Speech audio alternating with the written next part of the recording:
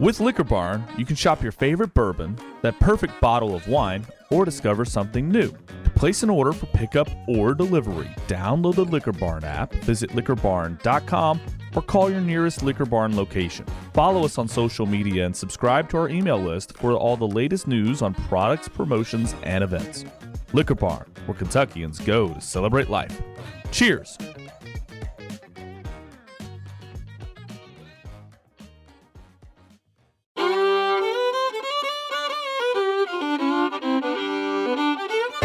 Welcome to the Bourbon Life Podcast, your source for all things bourbon.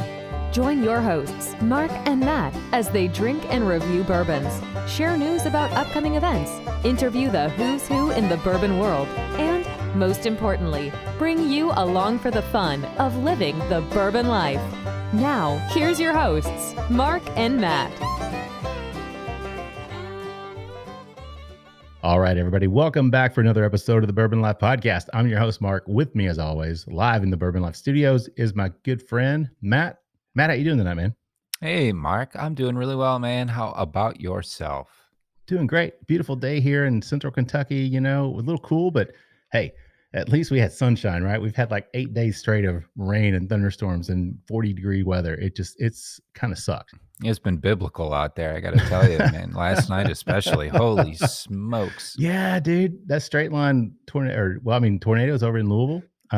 Crazy. I saw some pictures this morning, the damage that was done. It was just insane, man. You just never know with Kentucky. Of course, we're in April, so April, May, and June are those tornado months, man. So especially here in central Kentucky, you just never know what's going to happen. But today was absolutely gorgeous. I'm excited, man. I'm looking forward to doing the show tonight.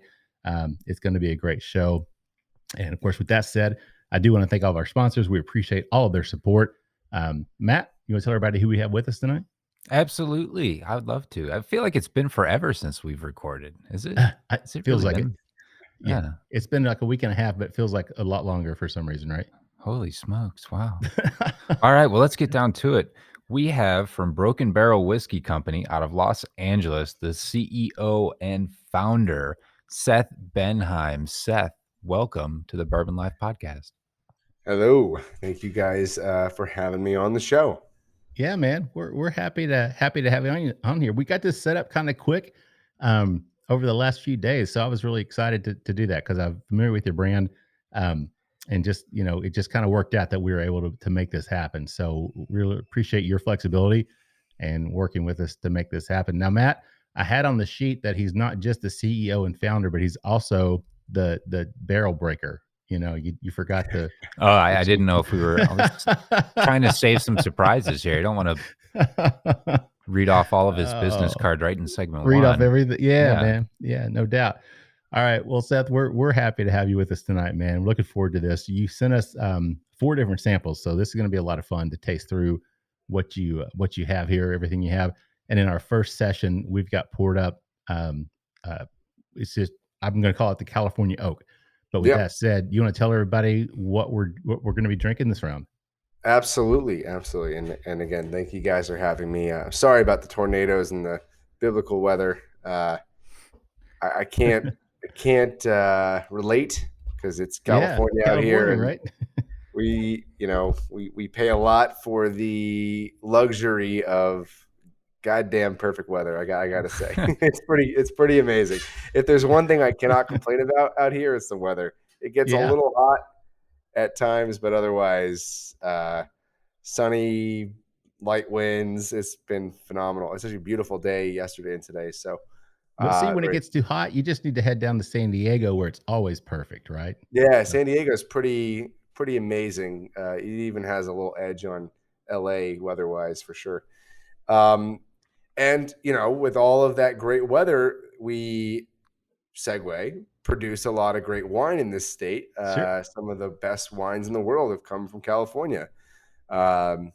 Even from the early 70s, we have been turning heads internationally as a state. Not that I say we, it's colloquial. I'm not a winemaker, nor do I have any in the family in California. But yeah, California is a great, probably the greatest state for wine in the United States. So it's no surprise that being from here, being born in San Francisco and growing up in Los Angeles, parents meeting and falling in love in San Diego, we are a California family with a little history here. So what's nice is that I was able to create a product. Now, this is our entry-level whiskey, California Oak Bourbon from Broken Barrel Whiskey. And what we did is we took, it's not our first whiskey or our second whiskey we put out, but it is probably a lot of people's starting point with Broken Barrel. And it's an 88 proof bourbon from Kentucky, from Owensboro, Kentucky. And what we do is we finish it with Central Coast California Cabernet wine barrels. So anyone that is familiar with Cabernet Sauvignon, it's drier, deeper, richer wine varietal, grape varietal. And Central Coast in Paso has some of my favorite wineries that I'm pretty familiar with, some of which I've been to many of them personally, have drank with the owners, founders of those wineries. So I had a lot more of a connection being in LA to Central Coast wine than I did to anything from Napa or Sonoma. So unlike the Prisoner collaborations or other collaborations, I thought it would be kind of cool to use varying different wine casks from different wineries in Paso and get that red wine Central Coast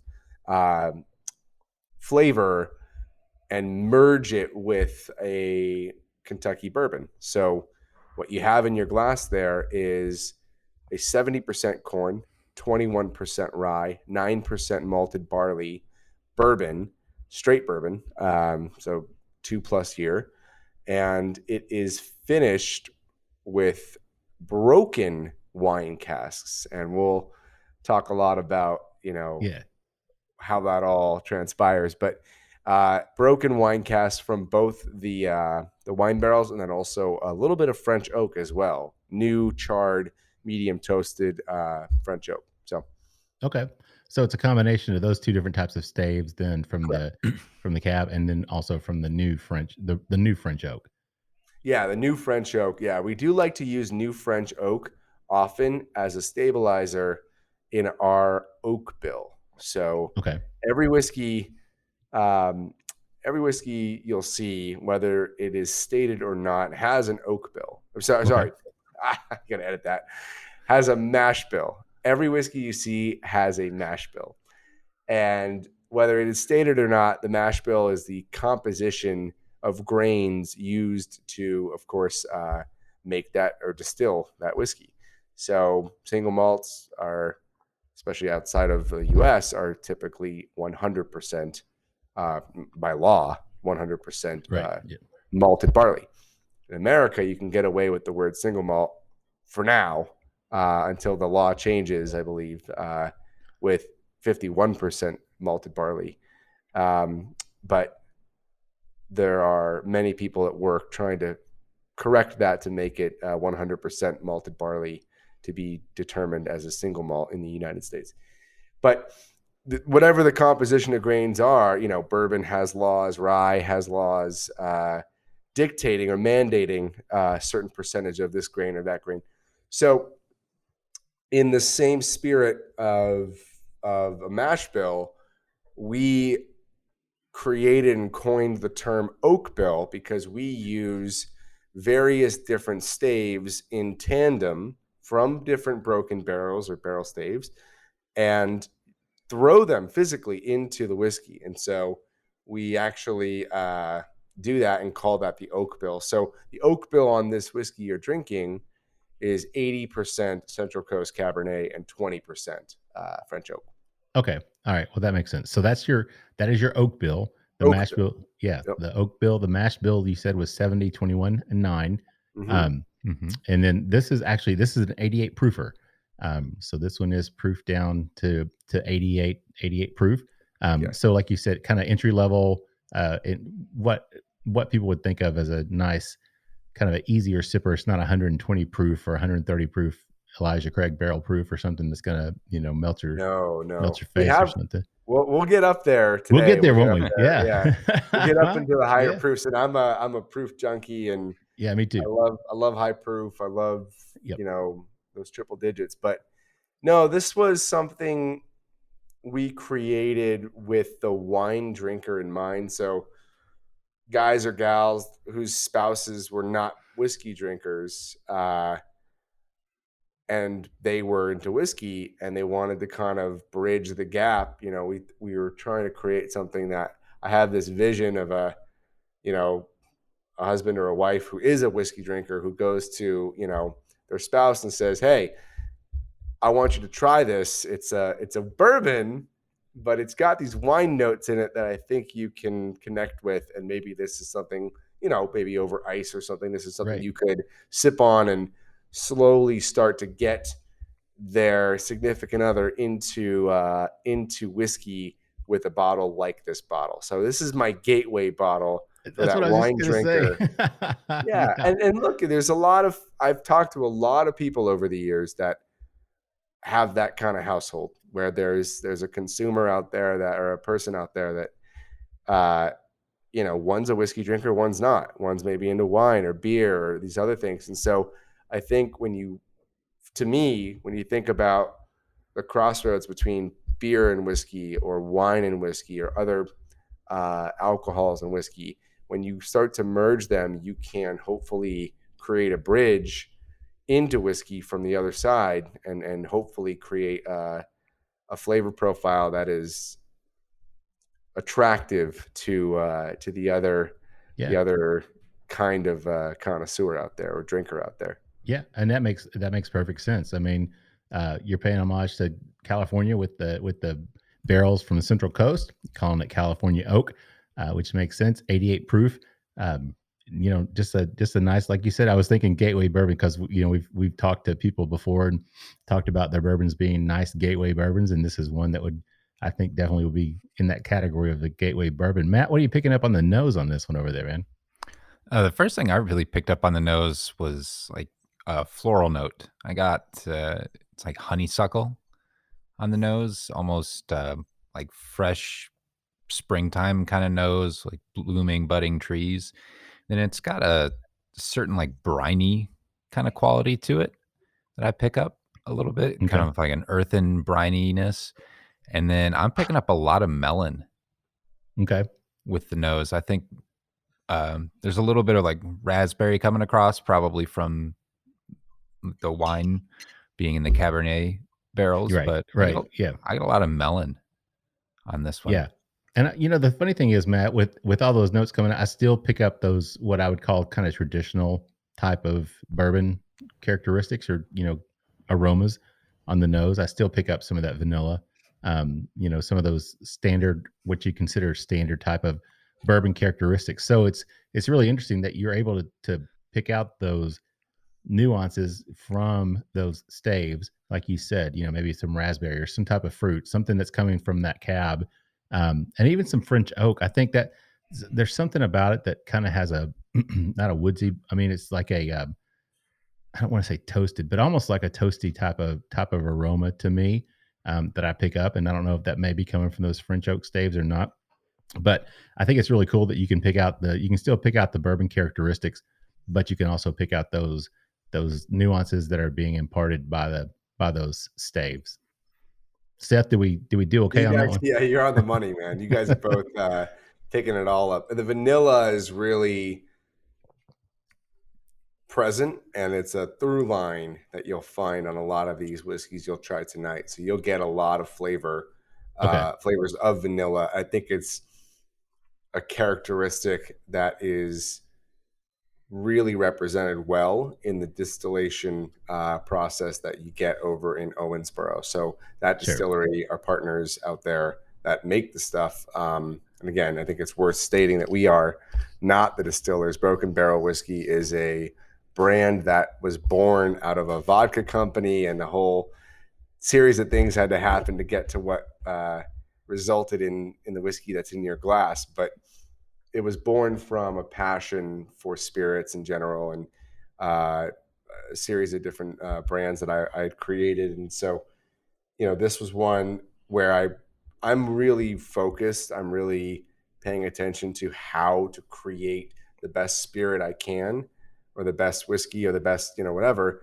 out of something someone else has made. How can I take, there's kind of levels here. There's taking, nothing and turning it into a whiskey, taking grains and being the distiller. And there's thousands of people out there doing that now. And I'm humbled and honored to say I've been to several hundred distilleries and had the opportunity to drink with everybody from the distiller to the owner to the the guy who mops the floors or the gal at the front table pouring. I've had wonderful, wild, amazing experiences. Even just last week in Tampa, I'm wearing my Kazuba distillery shirt from these Polish guys out in Florida doing rye whiskey and rye vodka and all this great stuff. Like I am a massive supporter and promoter of just spirits, just all kinds of distilleries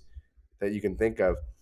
And then there's that next level where there's the sourcing. You have the Smoke Wagons or the Nulu or the Nashville Barrel Company, or all great companies that they source. And then there's the blending aspect beyond that, where it's sourcing and blending, where not only are they picking barrels and then taking them and blending them together, which we do that too. But then there's that next level where you're finishing, and we love that. We do the finishing. The oak bill is basically our finish, but there's just even one kind of like fourth step beyond that. So it's not the distiller, it's not the sourcing, it's not the blending, it's all of that that makes its way into this product. But then there's the breaking, then there's that process. The oak bill isn't just a finish. It is a very specific, very niche thing that you won't find visually. You won't find it anywhere. You're not going to go online and see other companies lifting up sledgehammers and smashing barrels to pieces in parking lots or on the distillery grounds in Owensboro. So, and from the earlier days, if you look back, you'll see us doing it in the back lot in Las Vegas. So, which is where we started.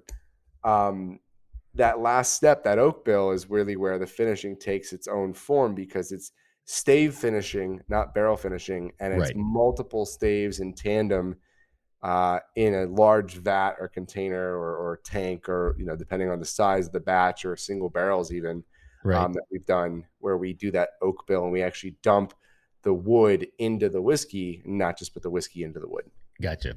And I'm going to stop you there because I want to keep that up for a second round so we can go deeper into that before we get too far ahead of ourselves. Yeah, you may have to edit. The stories become a lot, because you can't even get into it without explaining it. I know, that's the thing. It's kind of, I was like, how am I going to do this? Because you kind of got to understand the process. But I thought, you know what, let's talk about Seth. So that's, we're kind of at that point. You talked about your past, talking about LA and California.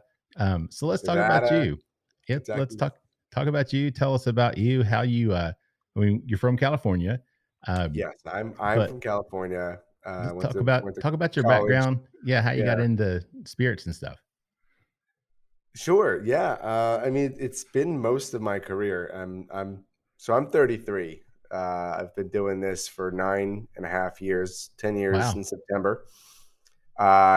And basically at the age of 24, I started this company. So I was a year and a half out of college, 2 years out of college. I was entrepreneurial in college, so I've always kind of wanted to do my own thing, work for myself. People say work for themselves, but they always work for the customer or the investor or whoever, the retailer. Yep. You always work for the customer. So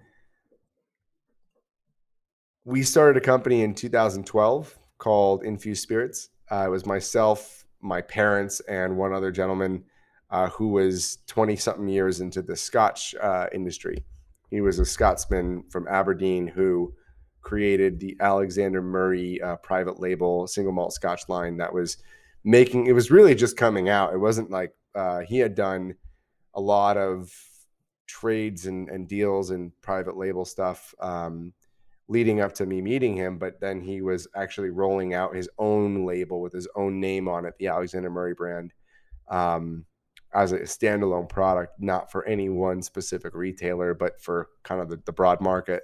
And so I'd met him right at the precipice of that coming out. And so my education in spirits was in Scotch. It was in single malt Scotch. Really, okay. I mean, really fine stuff. Like I was drinking 50-year-old Scotch when I was 25. So I was drinking stuff twice my age, which I like to equate to learning how to like get your driver's license in a Ferrari. It's like, it's like a weird, high-end, high-level entry point into spirits is drinking 50-year-old Speysides and 25-year-old Islas and those kind of like really fine, really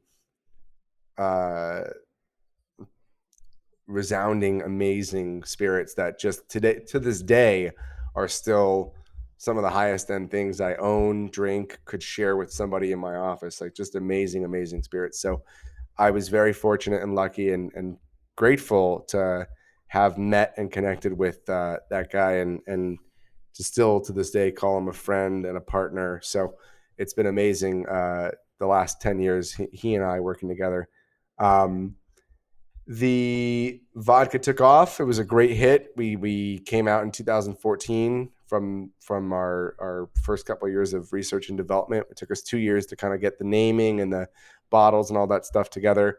All of it would change again 2 or 3 more times from then till now, but we had something that was, good enough. We won some great awards, best in show, double gold, best vodka in the world.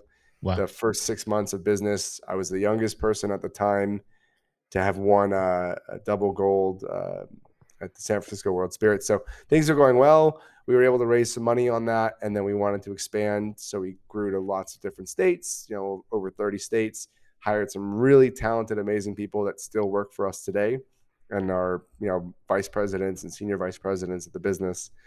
And we're up to 15 people now. And around 2017, I, still had a fondness and a love for whiskey and a growing collection. And you guys this isn't a video thing, but you guys can kind of just see, I got a lot of booze. Nice. Yeah, that's nice. It's everywhere. There's some stuff in the cabinet. You got a few bottles there, man. Some wine, a lot of stuff. There's some stuff behind me. So for those listening at home, I've got 1,000 or 1,100 and something bottles. It's a massive collection, especially for a young guy. So I don't know. I don't want to know how many bottles I'll have when I'm 40 or 50. I'll need a separate like building just to store it all. Man, I should probably open a bar at some point. Yeah, just because I don't want to own a bar, but maybe it's just going to become like one of those episodes of Jay Leno's Garage. There you go. Like, open a private club. Seth Benhaim's whiskey bunker. Yeah, I would like to do a club. I mean, if we're just shooting the shit, I would love to do a little whiskey club and have people come in and like I'd love to pour, good stuff for people that they would pay triple for at a bar and just have it like, hey, this is not a money making endeavor. I just want to break even and drink with good people. So sure, I would love to do that, man. That would be fun. But anyways, to complete the story, we started making whiskey in 2017. So we created Infused Spirits Broken Barrel Bourbon was the first release. Okay. And from there, we did a bourbon, and then we did a cask strength bourbon and a rye in 2018. I came out with the Single Oak series, which there's a lot of podcasts and write-ups and reviews on that stuff on the internet. And if you're lucky, you may find a bottle on a shelf somewhere in the world. I know I've seen it here and there in Las Vegas and Southern California. I caught a bottle in Tampa last week. I saw one bottle of the Mizunara back in a corner, like, a real dusty. The dusties are still out there. I don't know if any listeners are dusty hunters. I'm somewhat of a dusty hunter. I don't like drive around like a madman, but I definitely, when I go into a store, I am touching bottles for dust and looking to see if anything's really old. I don't have a encyclopedic like knowledge of what I'm looking for Sure. per se. But if Sure. I see something, I'm like, dude, that's ancient. I just pick it up. I just like, especially if the price is like the tag is still the original tag from when they Right. put it on the shelf. I love buying that stuff. So I got some old like Rittenhouse, some really old Dewar's, you know, scotches that have like the age statement on them and higher proof than the watered down 40 proof or 40%ers. So some of that older stuff, you know, bottles from the 90s. I love that, you know, 80s. Nothing crazy, nothing like Right. Yeah. no $1 million bottles, but Yeah. and yeah, single oak. Then 2020, we went fully into the Broken Barrel piece. We renamed the product, we rebranded, we moved production out of Las Vegas where we were making vodka, and we took everything and fully partnered up with Green River Distilling, Owensboro Distilling Company out of Owensboro. And we've been with them for the last 2.5 years, 100% grain to glass. The product never leaves their facility or their grounds until it is fully matured, aged. We, you know, if you look at the bottles, they are Kentucky straight bourbon, not straight bourbon. So they never leave the state. They never leave Kentucky. Okay. And that's the core lineup that you're tasting today is our 4 Kentucky straight bourbon whiskey or bourbon and rye whiskey from Owensboro. Great. Well, appreciate that. Good information. Good to know about the about you, who you are. And speaking of that, we have a segment of our show. We call it the Off Hours segment. It's sponsored by Off Hours Bourbon. And we like to talk to our guests just to get to know a little bit about them beyond the whiskey world. And we kind of talk about what you like to do in your off hours. So Seth, in terms of your off hours, if you have any, besides collecting dusty bottles of bourbon and whiskey, anything else that you enjoy doing? Yeah, I am a family man. I've got a young daughter, and I anxiously await the moment I get to go home and see her after work every day. So that is, you know, I like to cook. My wife and I love to go out, nice restaurants, and we're not foodies per se, but we certainly enjoy, you know, sushi and those kind of things. And, you know, if it's not just my immediate family, my wife and my daughter and I, my parents, her mom, everyone's here in LA. So it's one of the things that's kind of keeping us here. And so, yeah, we like to go see my more extended family and my parents, her mom. We like to get out with the family and travel. We you know, before the kid, we were travelers. We went to Morocco and London, Ireland, South Africa, Singapore, Vietnam, Japan, Guadalajara. We've been all over the world together, my wife and I. That's so very nice. We were big travelers prior to having a child. So anyone who's thinking of having a kid, anyone who's funny thinking how of kids having will a do kid, that. definitely get your travel in now, because that stops. Oh man, we went to Hawaii. That was great. We had a lot of great travel. Very cool. Very nice. In just a few years too. We did all that in, I'd say, from 2014 to 2016 to 2019. We did all of that. Wow. That was all inside of like 3 or 4 years. That's a lot of travel, man. We went all over the world. It was really fun. You know, very, very nice. Yeah. And then the kids come along. But hey, man, you know what? But that's a whole nother roller coaster, man. It is. It's different, but it's just as good. You know, I would say I'm as happy just sitting on the floor with her, playing with whatever the blocks and stuff, as I am, you know, eating green onion scallion pancakes off the streets of Shanghai or something. You know, it's like really, it's really all the same to me. As long as I'm happy and I got a smile on my face, I could care less. So yeah, man. Speaking of smile on your face, let's talk about the flavor on this one, Matt. What do you get in terms of the palate and the finish? That vanilla is definitely there that we were talking about. Yeah, man. Yeah, I got a big old blow of vanilla right at the front. And it lends to some honey. And then I'm picking up a lot of the flavors that I would get in a ginger snap cookie. It's kind of got a little bit of that ginger, some of the molasses. It's like, it brings a touch of kind of that heat, that sharp heat coming across that you might get from fresh ginger, from a ginger snap cookie. Okay. But definitely with the sweetness as well. I think the oak balances that out too. It's not overly oaky, it's not overly sweet, but it does have a nice finish with that as well.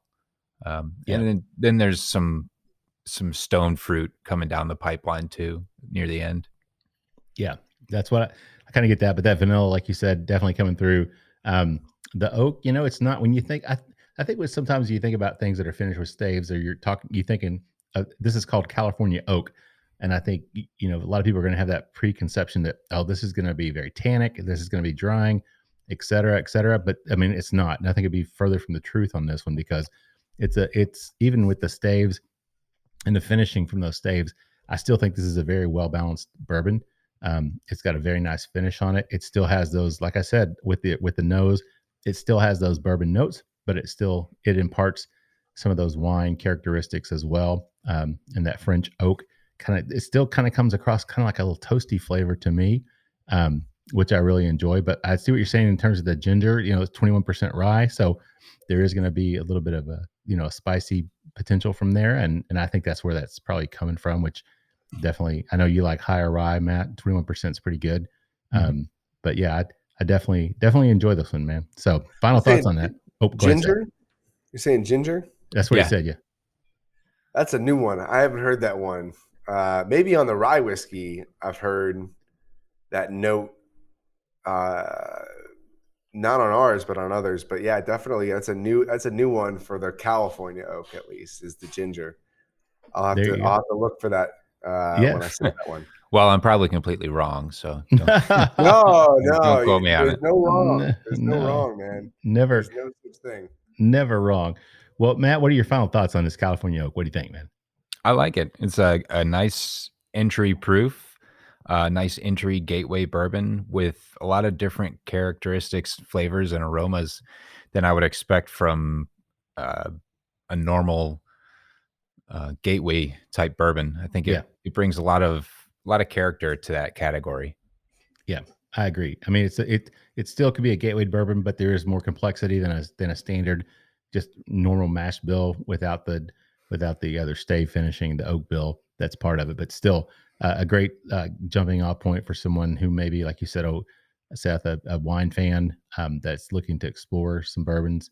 I think this would be a really, really good place for them to give it a shot, man. So no doubt about that. So guys, let's take a quick break. Let's get a word from our sponsors, and we'll be back with more with Seth Benhaim, the CEO, founder, and barrel breaker from Broken Barrel Whiskey Company in Los Angeles, in just a minute. The Stave Restaurant is a bourbon lover's paradise right here in the heart of bourbon country. Located at 5711 McCracken Pike in Millville, Kentucky, between Castle and Key and Woodford Reserve, Chef Kyle Klatka prepares amazing food each day that features an elevated Kentucky-inspired cuisine. With a full-service bar, great bourbon flights, and signature cocktails, the Stave is the perfect place to catch up with friends after a fun-filled day of touring the local distilleries. Be sure to check them out online at thestavekentucky.com or at Instagram and Facebook at The Stave Kentucky. Three Chord's line of whiskeys embody the spirit of creativity. The whiskey is a true collaboration between producer and composer Neil Giraldo and master blender distiller Ari Sussman. The Three Chord team of expert blenders, coopers, and sensory professionals have developed a multi-step process they call Perfectly Tuned Taste. This process begins by carefully selecting the finest bourbon and rye whiskeys from Kentucky, Tennessee, and Indiana, and then blending them together. Find out more about the whiskeys and distribution in your area at www.threechordbourbon.com. All right, everybody, welcome back for round session period number 2, whatever you want to call it, of the Bourbon Life Podcast. I'm your host, Mark. With me, as always, live in the Bourbon Life studios is my good friend, Matt. Matt, how you doing, man? Mark, I'm good. I'm back. You're back. And most importantly, our guest, Seth Benhaim, the CEO, founder, and barrel breaker from Broken Barrel Whiskey Company out in LA, is back as well. Seth, welcome back for round 2. And what do we have poured up to sample on this round? We are drinking the small batch Broken Barrel bourbon. Awesome. So tell everybody what that means. Yeah, absolutely. Small batch is pretty ubiquitous term when it comes to whiskey. So we gave this title to our flagship original whiskey, which honestly, other than the age of it, the whiskey itself has not changed. It's from the same place, made by the same man, Jacob Call. It is a 95 proof, so a hair stronger than the California oak, which you began with in the first section. This is going to be your most familiar tasting whiskey of the night in terms of how it relates to other kind of title, your sorry, my computer, your other classic straight Kentucky bourbon whiskeys, which is exactly what this is. The only difference, and it is a difference for sure, it separates it from the pack as well, is it has, like all our whiskeys, an oak bill, which we discussed what that was. And so the oak bill here, because again, it's the same age and the same mash bill as the last whiskey you tasted, the California oak. Difference here is going to be 40% ex-bourbon barrels, so you have that kind of double oak, type of flavor profile as 40% of it.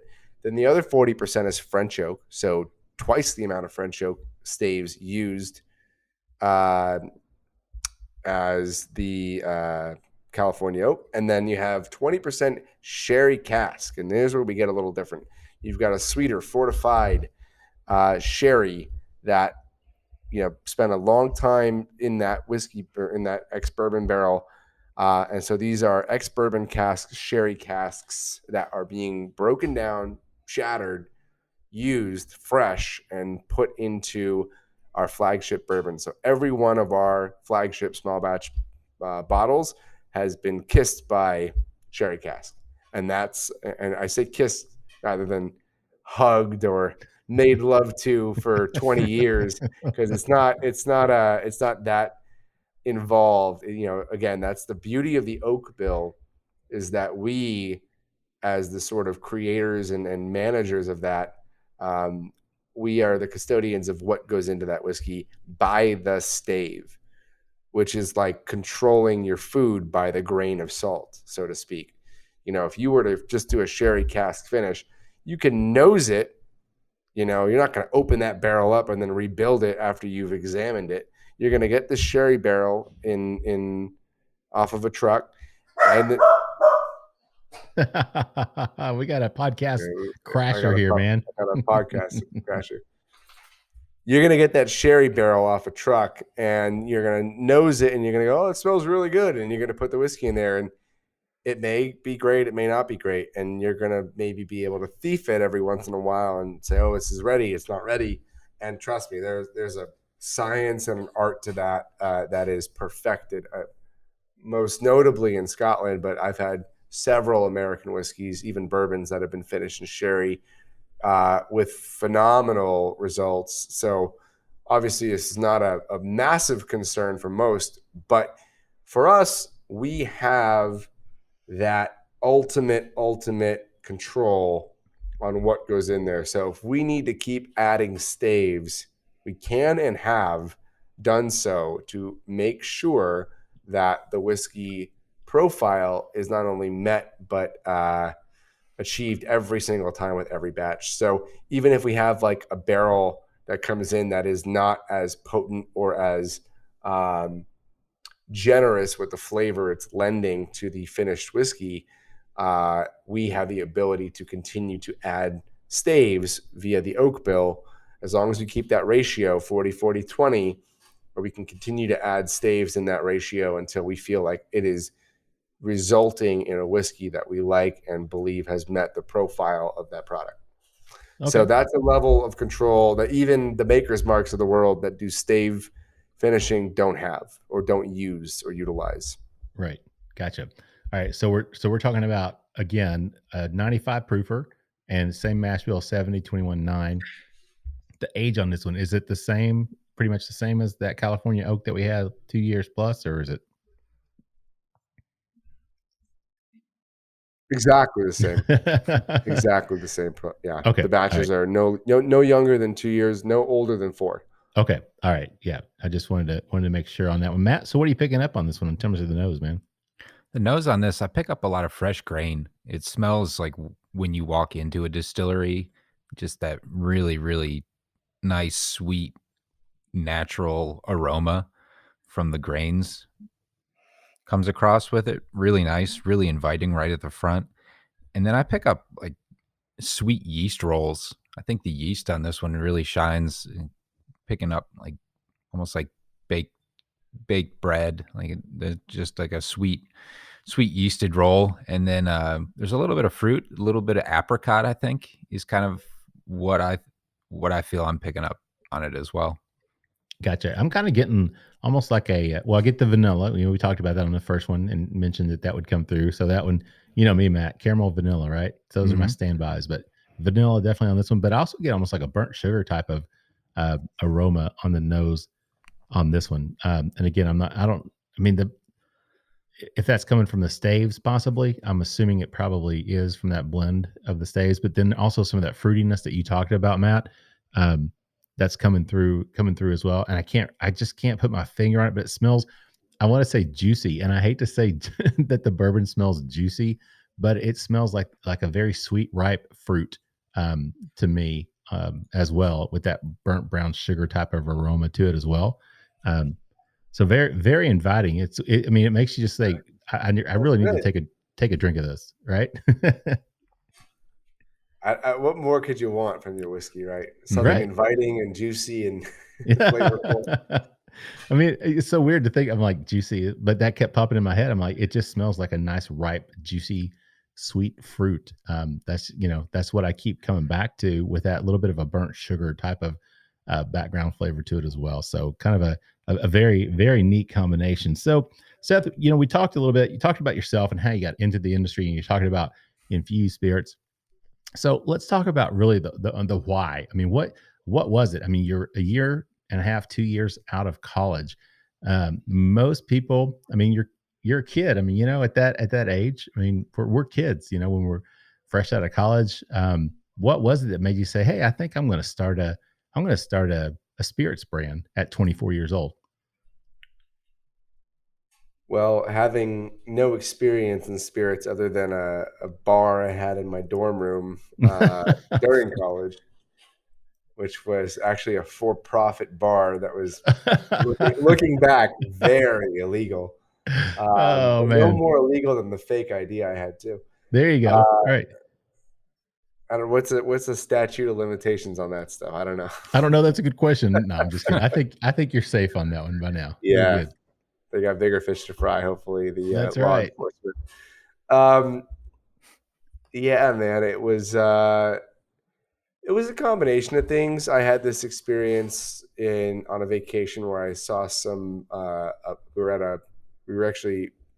family took us on a Caribbean cruise, and we were in Antigua on an island, and we were at a bar, and my brother and I and my cousins were drinking, and we saw this bartender who was living her best life, just having a ball, man. She was just having the best time, and she was infusing rum with real fruit and spices, which became one of the most profound, experiences and memories, because it became this thing where it's like, this is the best rum I've ever had. And there were like lychee, however you say it, cinnamon, strawberry, whatever flavor, it was all floating in the bottle. These like Voss water bottles that were like shaved off, and they took the writing off for the lettering. And it was the best rum I'd ever had. She was just infusing her own rum, like single bottle infusions. And so that plus a few other experiences all culminated in like, hey, I want to do that thing I had in Antigua. I want to do that, but make it shelf stable and research and develop this thing and make a product like that. From a whiskey standpoint, that was really all after vodka. I really can't remember much whiskey before that. Even in college, we were pledges in a fraternity, and they're like, oh, the senior guys from the fraternity are coming in. We got Jack this and Jim that and John this, and in comes a handle of Johnny Walker and a handle of Jim Beam and a handle of Jack Daniels, and the 40 of us had to finish all of it and then run around and do crazy shit. And so, we drank whiskey that night. I remember vividly. I'll never forget that. But, I had like some maple flavored whiskey that I would sip on that I thought it was like a $20 bottle. And I had it in a freaking like $40 glass decanter. It was like, usually the whiskey should not cost more than a decanter. Or you're doing something wrong, right? Right. or the glass. Like I've poured whiskey into a glass where the glass costs more than the bottle. I'm like, maybe I'm doing this wrong. Maybe I should get something out nicer for that glass. So, but with whiskey, I think it was really when I met my partner, my who was in the Scotch trade, that I really like, it's like a blind person regaining their vision. It was a total awakening for me, and getting to taste even just the first time I walked into his office and saw his bottles, which there's no question, like burned. It was like a tattoo in my brain of like, I want a lot of bottles. I want to have a room full of bottles. And here I am, 9 years later, I've had this for a while. So, 6 years later, I was able to have as many bottles as he had, but his are worth more. Don't worry. He's not jealous. His is worth like $1 million. But he's got all single malt Scotch whiskey, like the whole room wrapped around it. But no, for me, it was just this profound moment. I was like, man, I really want to accomplish some of these things for myself. And so, he took me under his wing and taught me an incredible amount in not a lot of time. I mean, we don't work as closely today as we did then, but even in just those first few years, an hour with him would be worth, 3 months with some of the people I work with now, just because there's a lot of wisdom and knowledge, and he's not a man of many words. So it was, when he spoke or said things, it was really direct, cutting, impactful statements that he would make, like, we don't have problems, we have solutions. So like he said so much by saying so little, right? It would be like, quit your bitching, nut up, figure it out, solve the problem, and come back to me with a solution, is what he was saying. What he was saying in half, 1/5 of the words, right? So there were moments like that really stuck with me, and really helped me kind of become the businessman and the spirits person I am today.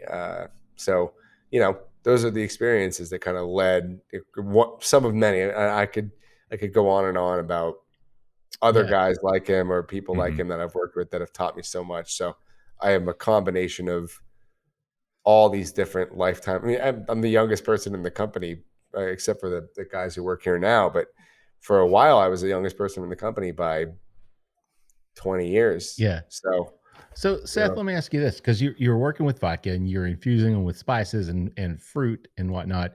And then you decide, hey, I'm going to do this with whiskey. But you weren't going to do fruit and you weren't going to do spices. Obviously you're going to do broken barrels. So was there, because nobody else was doing it. I mean, people were like, Makers is doing 46. They're doing the staves. People are finishing in, barrels. But this concept is something completely, totally different. And no one will believe me, because I swear to God, I didn't know what the hell Makers 46 was when I came up with this, and people be like, oh, that's bullshit. But I'm telling you, I swear to God, I did not know how or what Makers 46 comprised of, or that they were doing staves or any of that stuff. Like, and which is really funny, because I probably had a bottle of Makers 46 at that point by like 2017. I definitely have had and killed a bottle of 46. And I can't even remember. Is it 46 proof or something? 46%? I think it's actually 94 proof. I think that 46 was actually the stave. I think it's a type. I know that now. I know that now, backwards and forwards. But at the time, you did sure. Mm-hmm. This is 5 years ago, so this is 28-year-old me. I didn't know what the hell Makers 46 quite was, nor did I take the time to research it or look at brands like Maker's Mark for inspiration of any sort. On the contrary, I was like walking the shelves and reading labels and be like, what is not out there? But with Infuse, the idea was single bottle infusions. And with whiskey, we were not going to put wood in the bottle. Now, there are brands that do that, but I didn't want to put wood in the bottle for fear of sediment, overaging, splintering. I didn't want to get the splinter in the throat call one night. So, I'm not about getting sued over a splinter in your throat. So we filter our stuff and all that. You get a clean pour on the whiskeys every single time. But we knew that we wanted to do the wood in the whiskey as the infusion, so to speak. And at the beginning, we were happy to kind of run around and try and sell it as infused whiskey, and thinking that might have had some resonance or something that would like really stick with people. But we quickly learned, as we got into the whiskey world, that the whiskey world was pretty established, and there was a lot we didn't know about what we didn't know in whiskey. And so we learned quick, and I took it upon myself to become a whiskey expert, and have had the pleasure of, I was a podcast host for 2 years myself. Got to interview some really amazing people like Lars Ulrich and Terry Bradshaw and Clown from Slipknot and all these different people. So I've had the privilege of drinking with some of Kentucky and the country's most acclaimed master distillers and blenders and owners and all that great stuff. So I'm really from the Lux family to I've sat down for coffee with Mr. Shapiro from Heaven Hill and all that. Yeah. So I've done all that, which is wonderful. And the guys at MGP and the whole industry, like I've taken it upon myself to get to know everybody and become a friend of everyone. So that's been really helpful in my journey and my path so far. But yeah, no, it was never going to be this infusion thing. So we quickly moved away from infusion. And by 2019, we took the word infuse off of everything. And it sounds like 2 years, but it wasn't, because we launched in the end of 2017, like Q4 is when we came out with bourbon. And by Q3 of 19, so not even 2 years, we had already established, registered, changed direction entirely on what we were going to do with Broken Barrel, and we're going to call it Broken Barrel. So we launched these single oak series, which was the first iteration under the name Broken Barrel, with no reference to the word infuse anywhere on the bottle. Okay, which was great.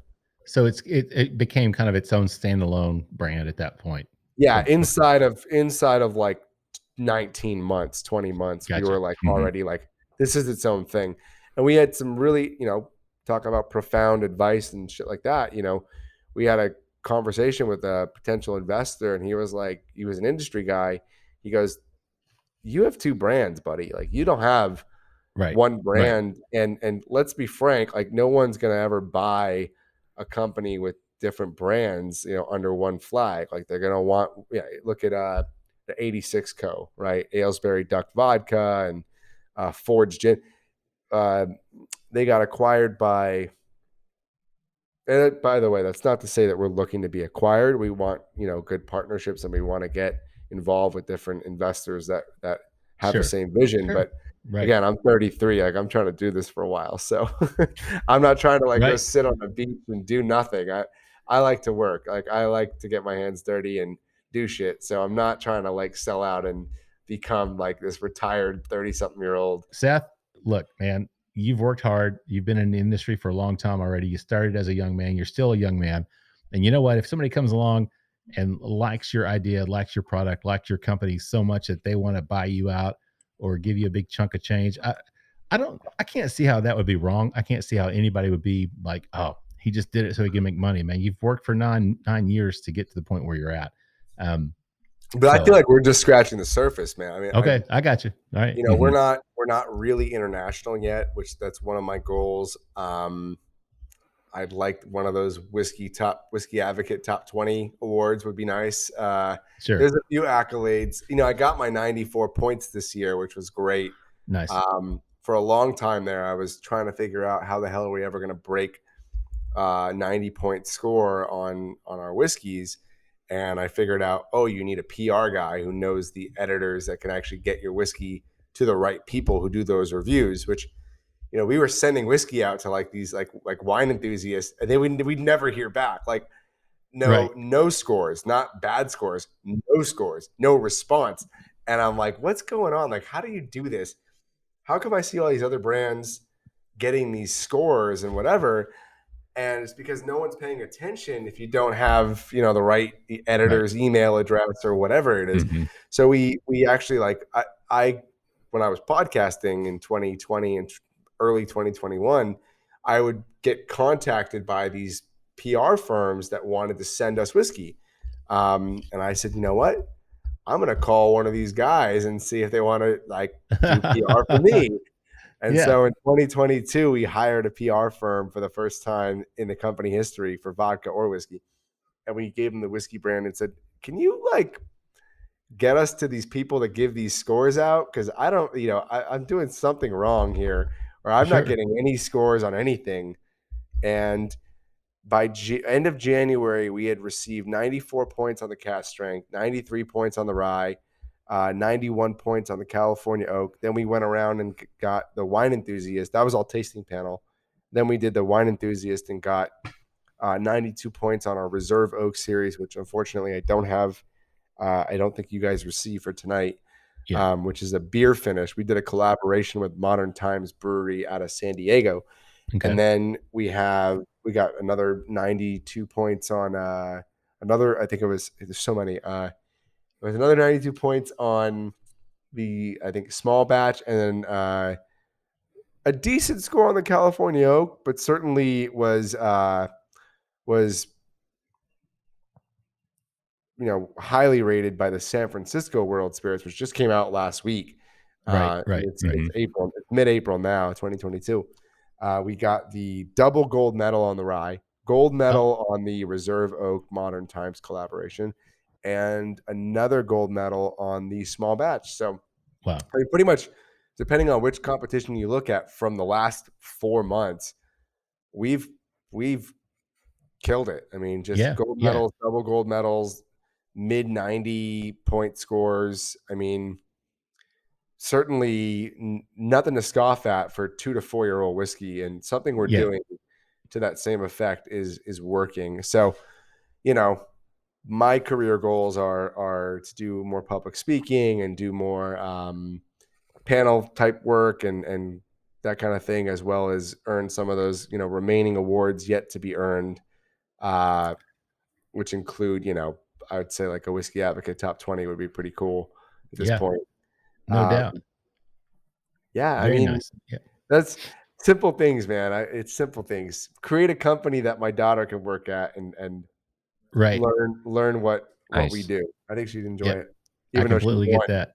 I got to wait 20 years, but So Matt, Matt, let's talk about the palate on this small batch, man. Palate and the finish.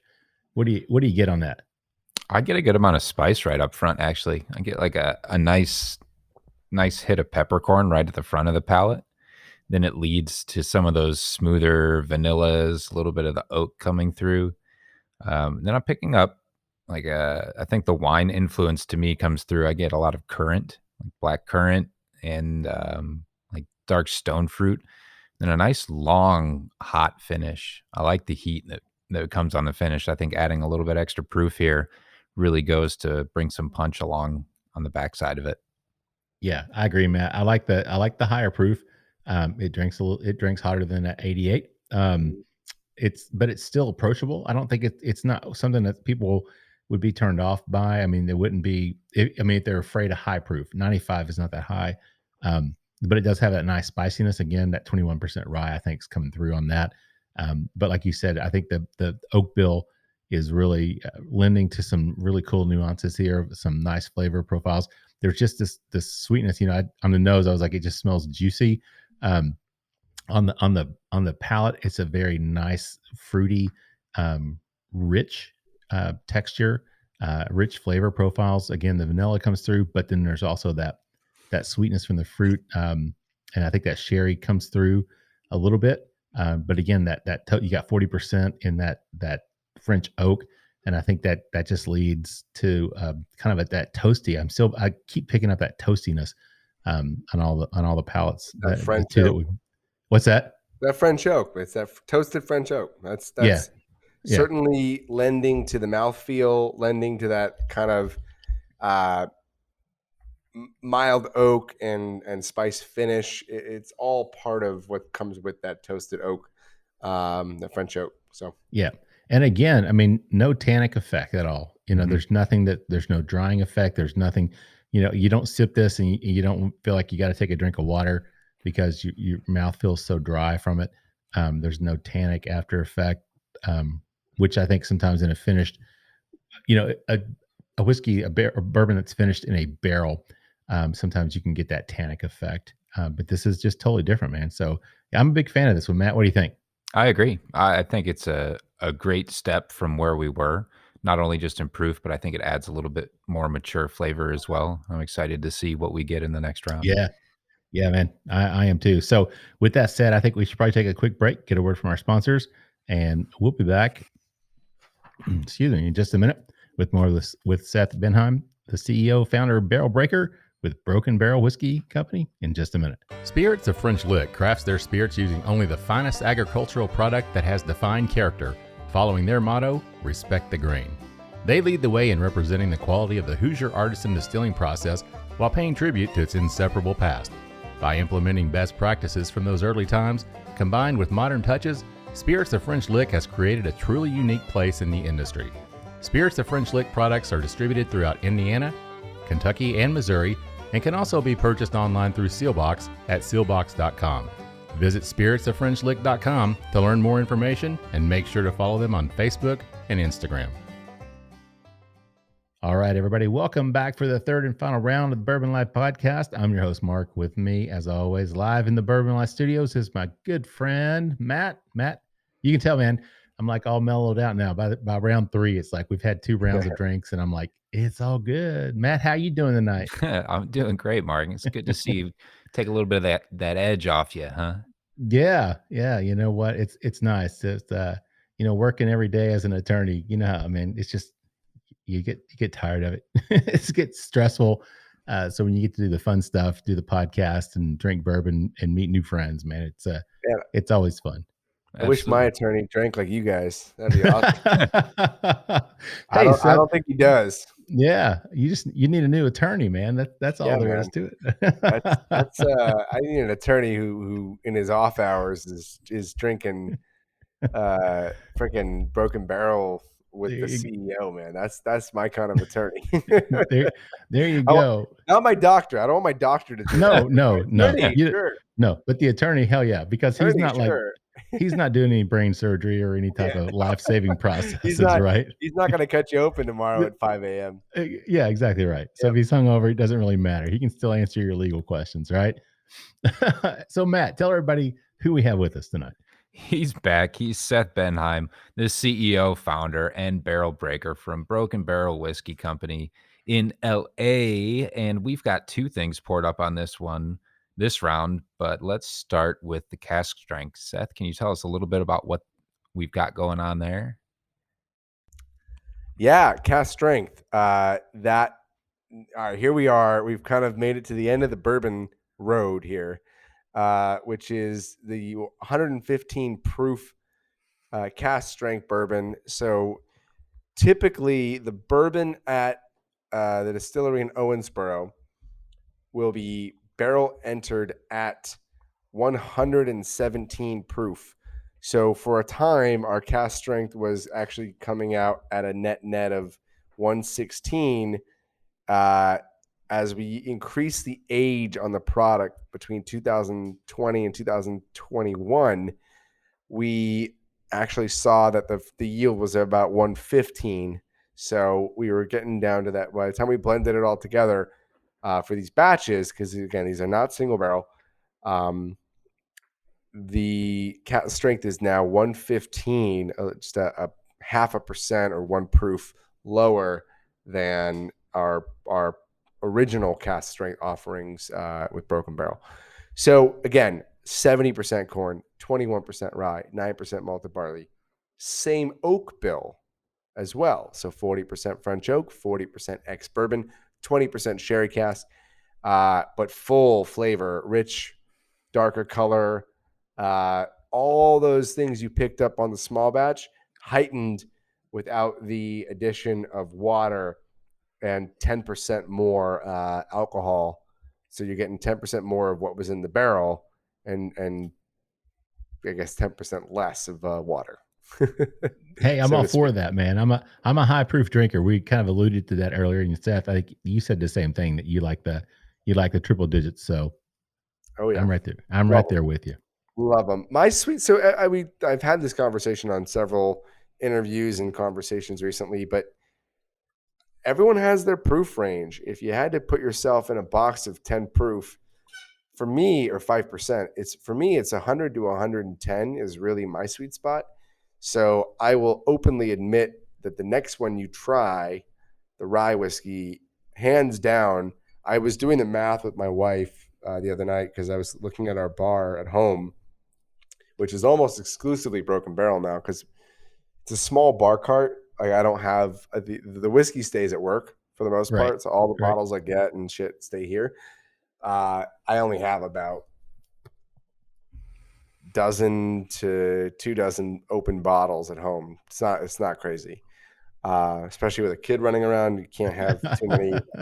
It's actually I have as much or more wine at home as I do whiskey, believe it or not. But the one we go to is the rye. My wife and I have probably single-handedly killed just this year, just in January, 6 or 7 bottles of the rye.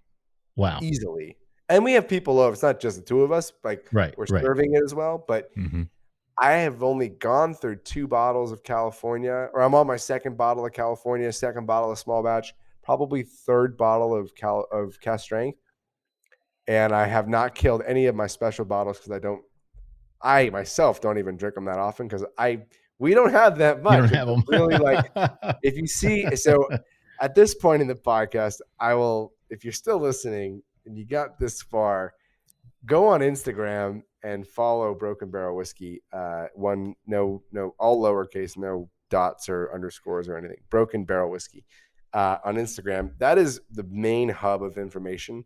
So any new releases, any limited edition, any barrel picks with different Instagram or influencer or whatever kind of things we have going on. It's kind of crazy what's going on now, but we have all these different things coming out that are making their way to all these different platforms and channels and stuff. Check that out because there's some really interesting high-end unique things that we've released that really they come and they go, and when they're gone, they're gone. So even I myself at home don't drink the high-end stuff every night, especially having so many other brands and bottles and stuff. Like Sure. I like to partake in a lot of other brands too. So that's That kind of makes part of it. Makes sense. Matt, what do you pick up in terms of the nose on this? Cask strength. Yes, Broken sir. Barrel. It's definitely elevated from where we were. It's got big, bold fruit right on the nose. A lot of that vanilla is coming through. I get a lot of like the nice, luscious, velvety grape. I get stone fruit. There's like a little bit of plum. There's berries as well. I get like prominent kind of a blackberry type aroma with it. Just a really rich, really velvety, almost a little dark chocolate on it as well. Nice. Very nice, man. On the nose. Kind of crazy. I mean, it's 115. This is 20 points higher than, the 95. Yeah. The small batch was 95, man. So, but it doesn't nose to me that hot, like it's hotter. Does that make sense, Matt? Yeah, I actually agree with you. I think I would guess they were kind of similar in nose, but it just has a very different profile, even for just those 20 proof points. I think the nose on this one has a very, very different profile. It's very pronounced, obviously. I mean, it's just, it lets you know, but it's not it's just not, it's not overwhelming in terms of 115. Cause I think a lot of people will be like, oh my God, 115 proof. That's gotta be like just really, really hot. But it nosing wise, it doesn't come across that way. So Seth, let's talk about, we've kind of talked a little bit about the broken barrel, what that means, but we haven't really talked about your process. So can you talk about what you do? I mean, you're working with Jacob Call, who we've had on the show down there at Oh Green yeah. River. Yeah, Oh, that's Jacob. wonderful. You've talked to him. Yeah, we've had Jacob on the show. Great dude. And I actually got to talk to him at a Terry Bradshaw dinner over in Louisville last year. There you go. Terry did a private dinner over there, and Jacob was there, so it was nice to get to chat with him. So Matt and I are we're fans of what he's doing under this Green River Distilling, under their brand, what they're putting out, the stuff that they're doing. So there's no doubt.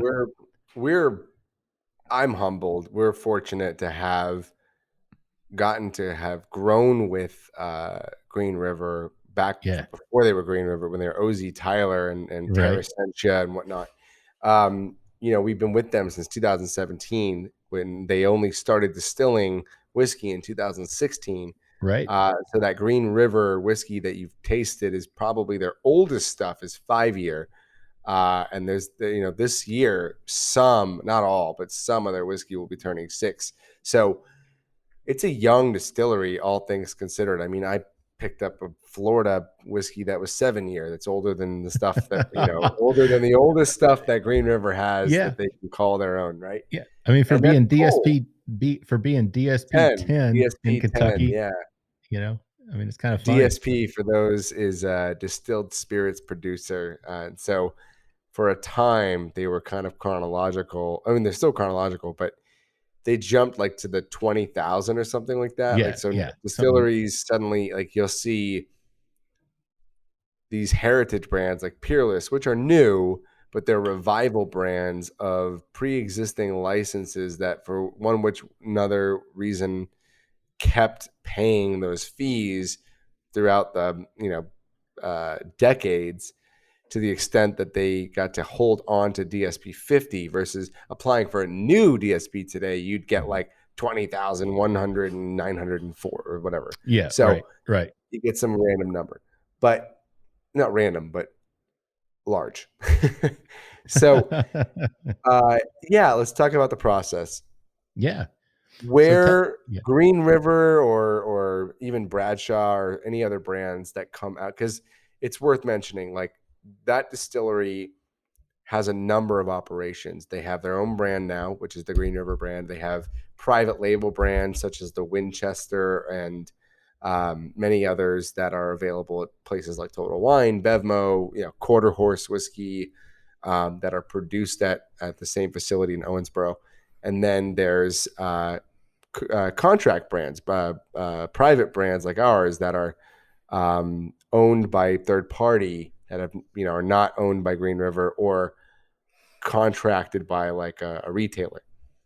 So, Wheel Horse is one of those brands, or anytime you see Owensboro, it's them. Yeah, right. So if you see Owensboro, it's them. So they're a pretty robust, large business.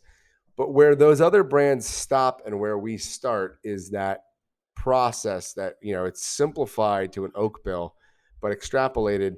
We are buying casks from all over the world. The oak bills you guys are tasting tonight are pretty easy to understand and digest. Their sherry, it is domestic sherry, not Spanish or Portuguese or anything like that. It's domestic sherry cask. It's fresh. It comes from mainly California, and we are able to find these beautiful barrels, and we test them. We check them for any inconsistencies or imperfections, and then we deem them acceptable, break them, and again, follow us on Instagram for the videos and to see what we're talking about, or even just go to brokenbarrelwhiskey.com. We smash them up like like as literally as you can picture in your head. Me, sledgehammer, barrel, we break the shit out of these barrels. We smash them to pieces, gather those pieces. We do not use the rings. We do not use the heads of the barrel. We just take the staves, which are the outer rings that make they form the circular, oval shape. And we take those wood staves and we put them into the whiskey, and we actually let them sit and mature. So the whiskeys you're tasting tonight should be a 4.5 month finish of staves. Okay. They were dumped in December and they were bottled in March. Okay. You're tasting the most recent batch from March. We're actually bottling next week with whiskeys that were dumped in early February. So this is going to be a slightly shorter finish. And a lot of that is catered to the heat and temperature of the state. So in Kentucky, in Owensboro right now, I know it's been a bit stormy and a bit biblical, but for the most part, it has been warmer than it was, say, during the snowier months of December, January, February.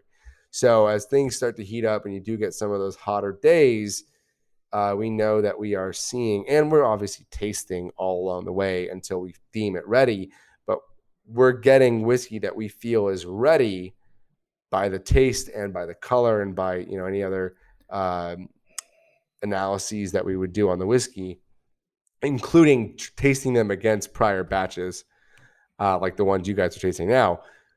The stuff we're bottling next week has met a panel of tasting profile consistencies that the whiskey you're tasting is congruent with the whiskey that is being bottled next week and is therefore ready or deemed ready.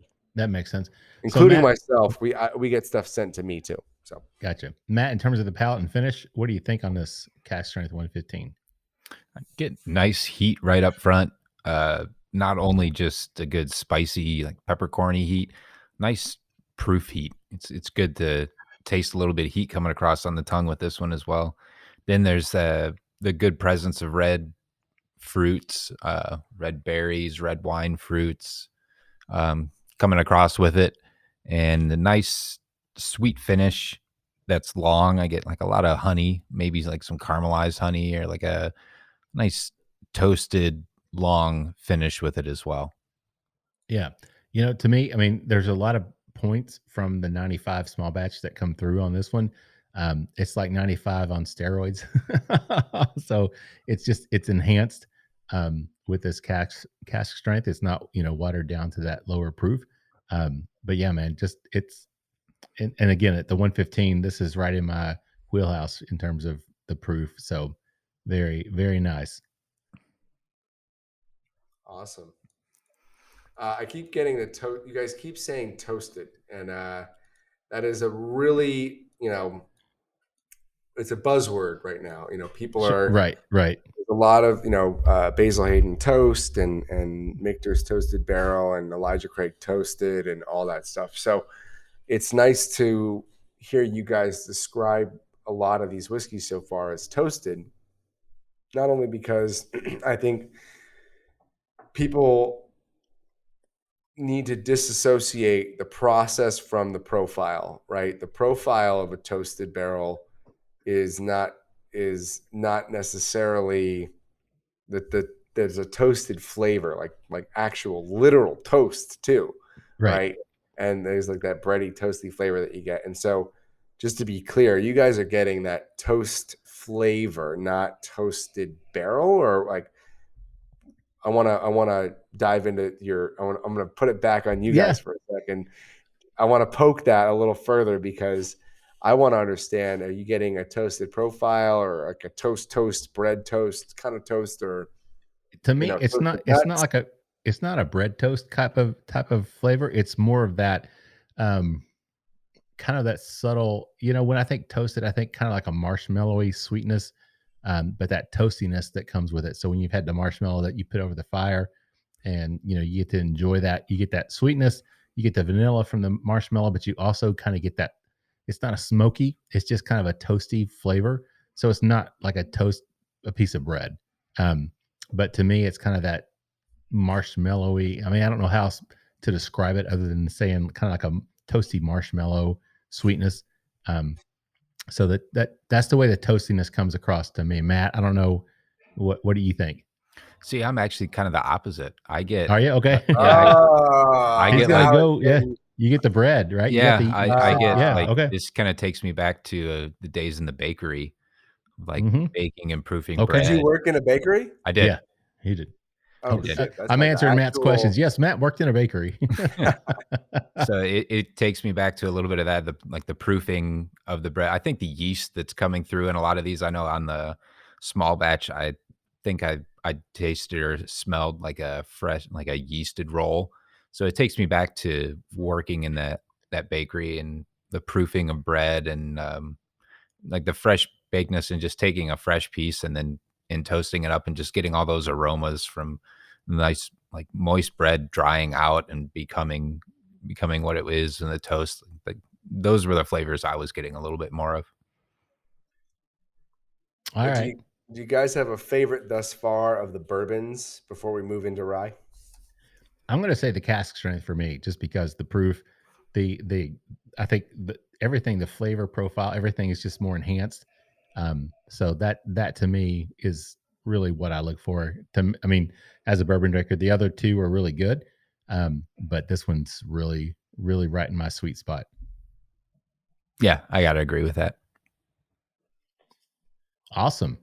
All right, so we're going to move on. We got one more item poured up here, and that's your Heresy Rye. So, Seth, you want to tell us about that? Yeah, absolutely. And the name, I love that. You have the name. A lot of people. I've worked with plenty of distributors and industry people that go, "Oh, it's Hershey Rye or it's Hearsay Rye." I'm like, no, it's not Hershey. Don't sue me. And it's not Hearsay. It is Heresy. You got it right. And so a lot of people kind of take a quick glance at it and don't read it carefully. It is, and it's spelled correctly too. Yeah. It is Heresy. Hey, man, I'm an attorney. It's my job, man. Come on. you get someone on the stand and you're like, oh, it's Heresy what he's doing. This Right. guy, he's lying. No. No, heresy, blasphemy, sacrilegious, anti-traditional, that they're Right. all synonymous terms that, and I've thought of using all of them for different things, but the heresy it was like our second product out after the bourbon, and Broken Barrel was, at the time, Broken Barrel was the name of the product, not the brand. So it was Infused Spirits, Broken Barrel. And then we did do, and some people, I still see even to this day, people posting their bottles of Infused Spirits Heresy Rye, which was a follow-up to Broken Barrel Bourbon. So there were just two products in a line of products from the Infused Spirits brand. And Heresy was something that someone had told me. It was one person who I won't name that we presented this whole concept, the breaking of the barrels, the dumping of the wood into the whiskey, and they go, that's heresy. Like, you can't do that. Like, if you're gonna finish a whiskey, you put the whiskey in the barrel and you do it that way, and you're gonna enter into a whole world of compliance issues and trademark stuff and this and that. And I was like, heresy, I like that. Like, let's run with that. Let's use that. So not only did we find somebody else to work with who had no problem doing what we wanted to do, which was the guys at Terrasentia and Green River, who fully embraced my madness and my desire to do things this way, and didn't look at me like a crazy person, but more as an innovator, which I like to think of myself as someone who's innovative and creative. Sure. And when we got to the rye, we were like, dude, we're going to call this Heresy Rye. The letters of rye are in Heresy. And so we think it kind of has visually and phonetically, it sounds nice when you read it out loud. And so Heresy Rye is an awesome product. It is our highest awarded product too. Double gold medal again.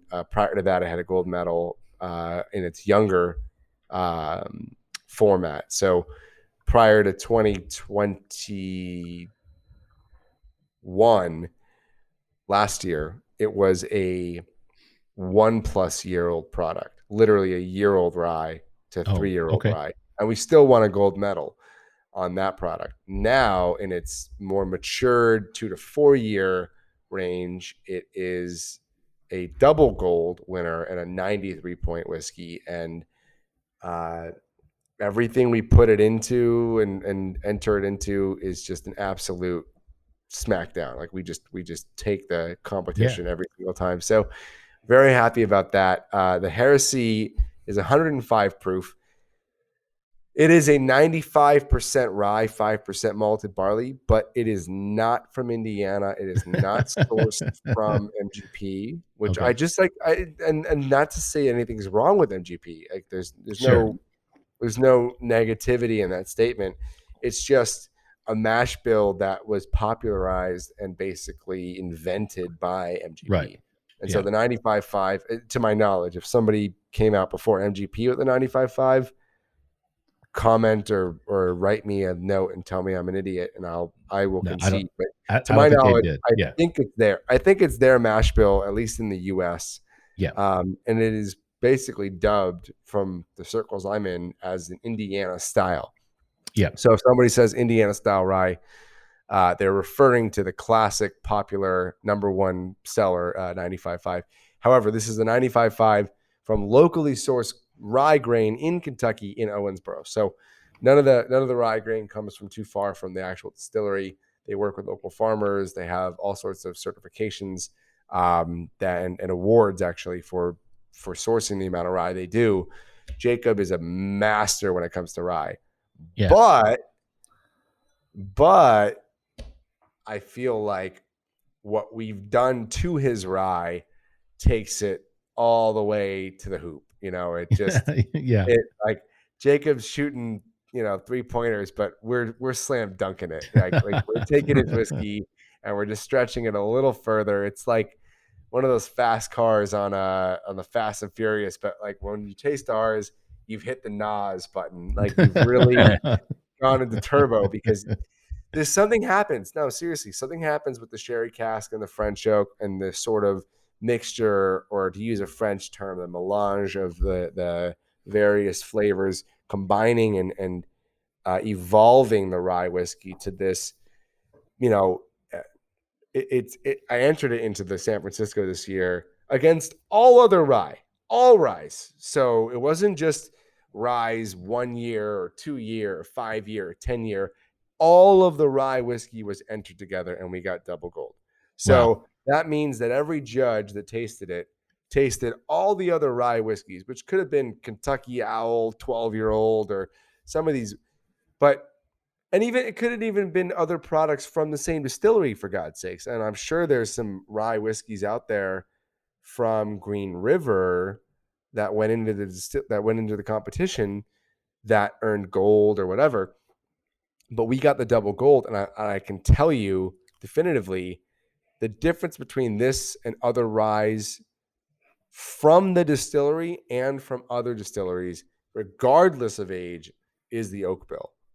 And it just brings the whole thing back to what we do as a company is by, not only coining and trademarking this term, but using it on every single thing we do by combining different oak staves and really making that a core principle of the whiskey itself.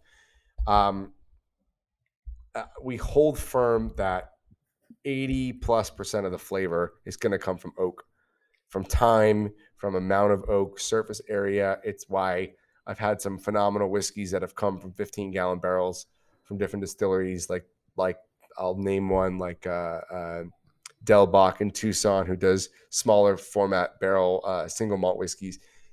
You get great whiskey when you have great impact and influence from oak. And it, sure, there's great old whiskeys and great old brandies and great old rums that have spent a lot of time in the barrel, but it's the type of barrel, it's the quality of the barrel, it's the surface area of the oak that all matters. Yeah. A bunch. Matt, you're the rye guy, man. So what do you think on this one, man? On the nose, what do you get? There's a lot going on the nose. It's gone in a couple different directions for me. It's just since we've had it poured up here.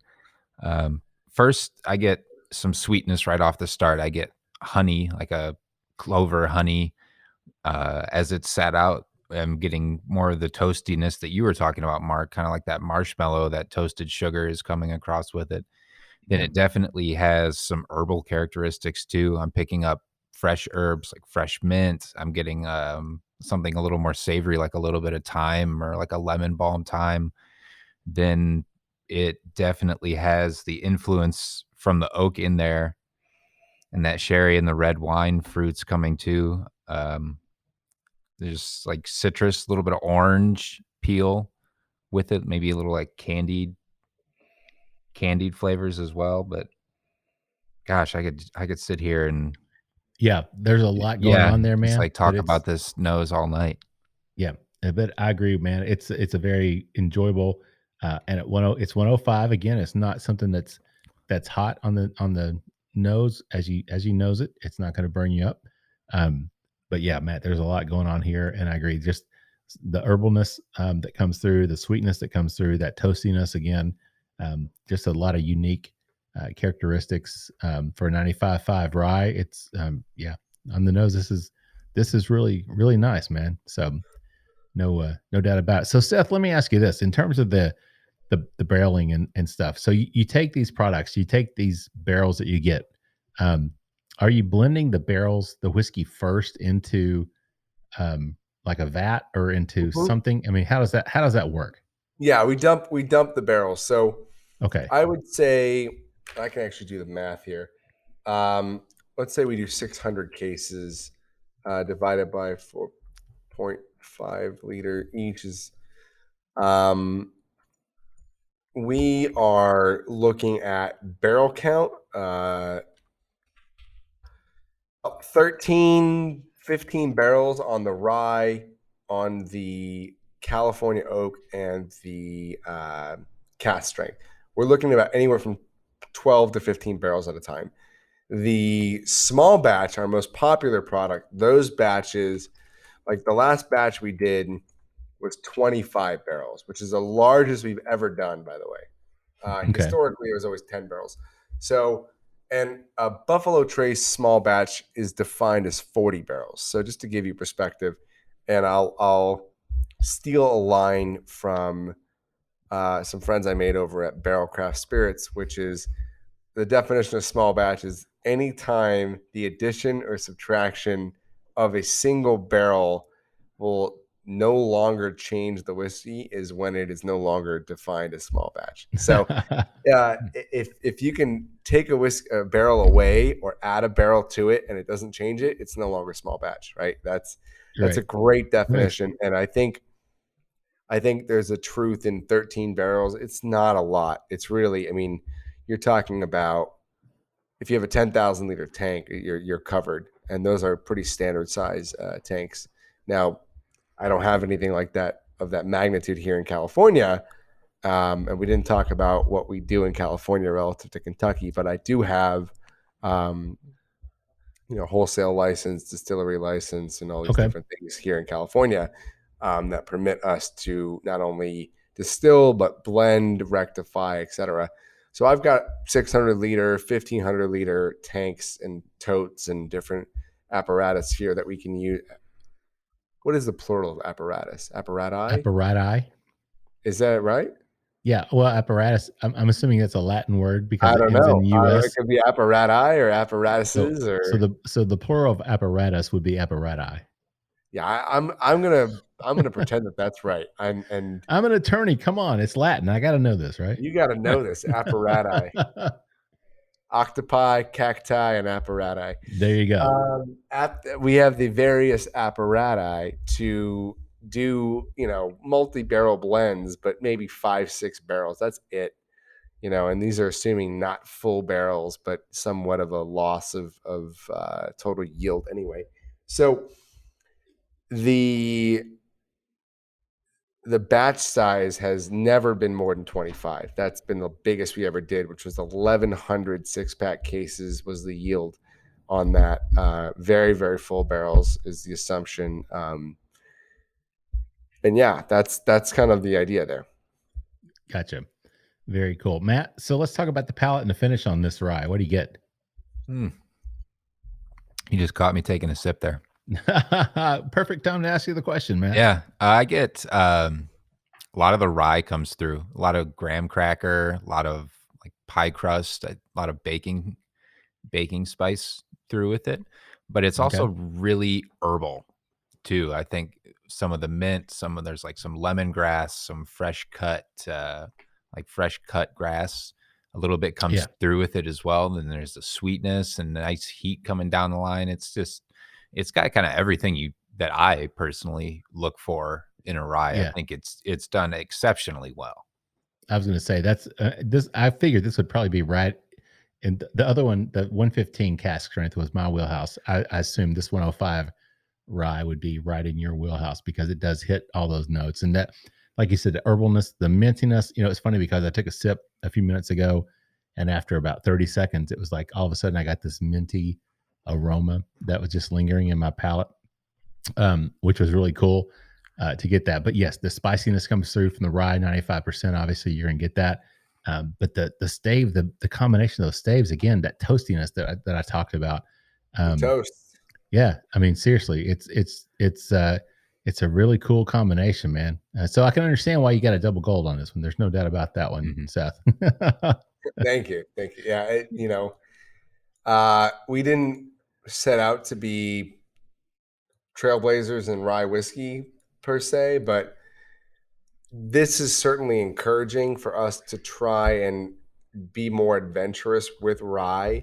This year, you'll if you do your research, you'll see that we have released malt whiskey, wheat whiskey, American whiskey, which was non-denominational, like corn heavy, 85% corn, 15% rye, 7-year age stated whiskey, which oftentimes those will fall into the classification of our rare Americana label, which is generally a well-aged stated American whiskey that isn't a bourbon, isn't a rye, isn't a wheat, that kind of doesn't have a home. Okay. And it's like our orphanage for whiskey that that doesn't really have a spot, right? And I think a lot of times that makes it all the more rare because even now it's hard to find a whiskey that doesn't already have a pretty common and well-received, you buy them as like corn whiskeys sometimes. And look, a lot of these ones that I'm describing were sourced from MGP. Right. And furthermore to that fact, a lot of them spent half or more of their life outside of MGP's rickhouses, and in my rickhouses in both, I think rickhouse is a generous term, in my warehouses, because we're not like a bourbon factory or anything like that. Outside of Kentucky, we do very, very little. A couple hundred cases. It's small. So we have these warehouses. We warehouse some of this whiskey in Nevada for a time between 2020 and 2022, and actually moved most of it, not all of it, most of it to Los Angeles. So these whiskeys, if they're 4 years old, 5 years old, they spend half their life outside of Indiana, aging in either the Nevada sun or by the California coast. And so that has a difference, especially on a whiskey that's only that old.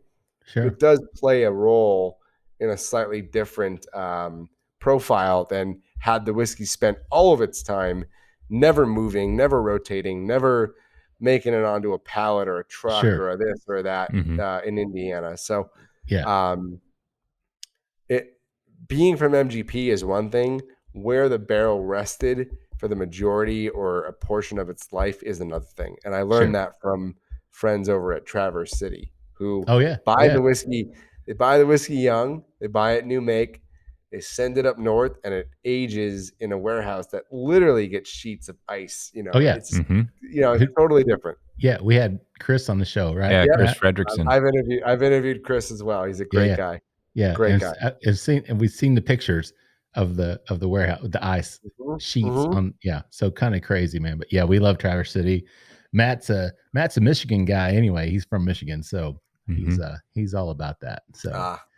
So Seth, let's talk about the future, man. Cool Tell us. Oh, go ahead. What? Sorry, I thought you. Sorry about that. Go ahead. I was just Go saying, ahead. talk about the future. What does it look like for Broken Barrel, and what your plans are? Yeah, Broken Barrel is going to continue to expand distribution for its core items. So my hope is that everyone listening to this podcast can quickly and easily walk out of their house and go find any of the 4 whiskeys you just tried. Good. You know, that's Good. one of the main goals. And we're going to put a lot of time, energy, money, manpower, anything we can do to make that happen and make that a reality, so that you can get the rye, you can get the cask strength, you can get the small batch at your neighborhood store. And we're in 30 states already with the bourbon and the rye. So with Broken Barrel, if you want Broken Barrel, go to your local liquor store, listeners, and ask them to bring it in.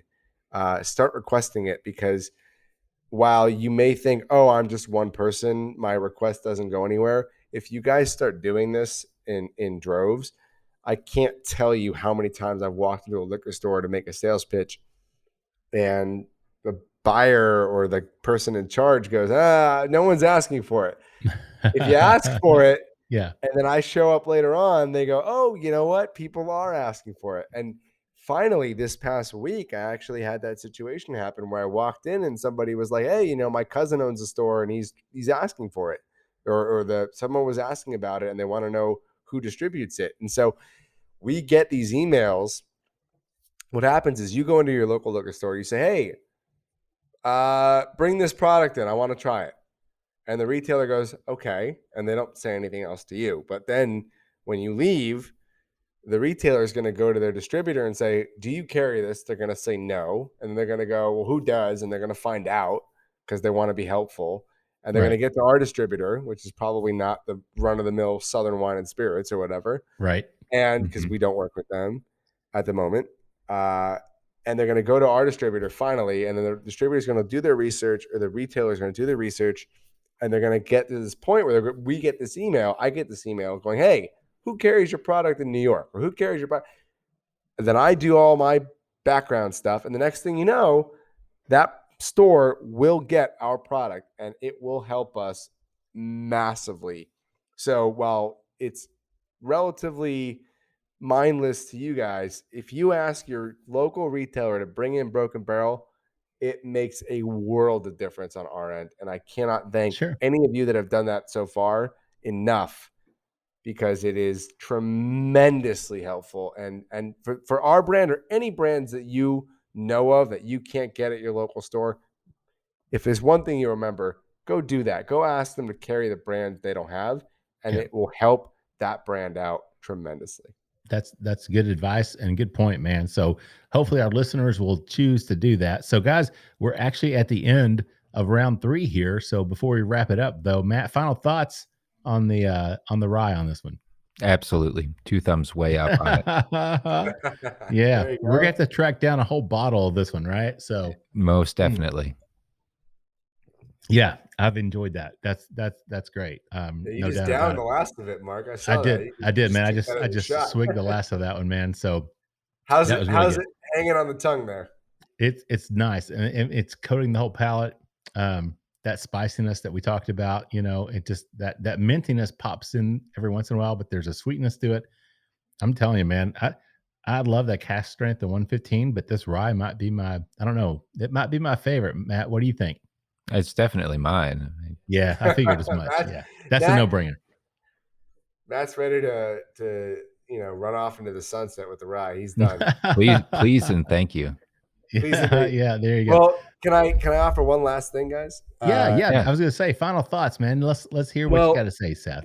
Let's just leave the listener with this.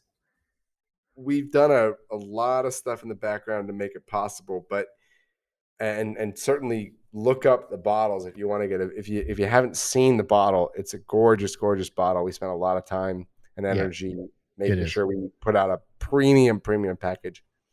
But the rye, the small batch, and the California oak are all exactly the same price on the shelf, and they rest anywhere between $30 and $35. That's so great. We pride ourselves on putting out value, and a lot of times value is lost in hype and in getting away with what you can get away with, and a lot of people charging more than they can or should. We don't do that. That's not us. We're about process, transparency, and so we make what we need to make to stay in business, but no more than that. So you guys are getting products like the Heresy Rye for $30 to $35. Cask Strength, $40 to $45. Higher proof. A lot of people don't know this, means higher state tax, higher federal tax. So every extra point above 40% will cost you on the tax side. So that gets passed along and marked up and blah, blah, blah. So the Cask Strength at 115 is going to run you a little more than the 105 or the 95. So that ends up netting out at around $44 to $50 a bottle at the most. That's great. I mean, I would buy that all day long. Matt, what do you think, man? Yeah, absolutely. Yes, please. Thank you. Daily sipper. There's a term I love called daily sipper. And that's all we try to make is those daily sippers for people to kind of go, you know what? I'm not going to bust out my Pappy tonight. I'm going to have some rye, and they're going to grab that Heresy and just have their way with it. And that's it. Yeah, I can see that for sure. Matt, final thoughts, man, before we wrap it up. Hey, Seth, thanks for taking the time to sit down with us and with our listeners as well and go through everything that you all have got. It's been a super informative session. I've really enjoyed getting to know you and getting to hear the story behind what you've been doing and seeing the products that have come out of it. I think you did a really good job of reflecting your ethos and the company and your product. So it's been really unique and a really fun time tonight. Thank you. That's very well said, Matt. I agree 100%. And I've enjoyed everything we've had tonight. The Cask Strength for sure. My favorite of the bourbons, but that rye, damn, man, that is solid. And we love Green River. We love what they're doing. We love Jacob. He's a great dude. So happy to see you're working with them. Happy to see what you're doing. Congratulations, Seth, man. You know, obviously you had a vision, you followed that, and you've been extremely successful with that endeavor. So congratulations to you for doing that, man. But, you know, with that said, well, I guess I should thank our sponsors again, obviously. So thanks to everybody that supports us. Thanks to our listeners. You guys can find us on Instagram and Facebook, of course, at The Bourbon Life. You can obviously find us on your favorite podcasting platform. If you have a question, please feel free to reach out to us. Again, you can send us messages on Facebook or Instagram or email us at thebourbonlife@gmail.com. We would love to hear from you guys. If you feel so inclined, please leave us a review on your podcasting platform that you listen to us on. We would really appreciate that. With that said, I'm going to wrap it up. Send us home with our tagline, which is, may your glasses always be full, and may you keep on living the bourbon life. Thank you for joining us for this week's episode of the Bourbon Life Podcast.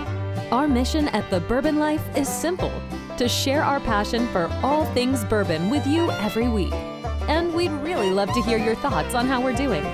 You can find us on Instagram and Facebook at The Bourbon Life. You can also contact us by email at thebourbonlife@gmail.com. And you can always find us on your favorite podcast platform. If you have a moment, we'd love it if you would rate us and give us a review. So until next week, we hope your glass is always full and that you keep on living the bourbon life.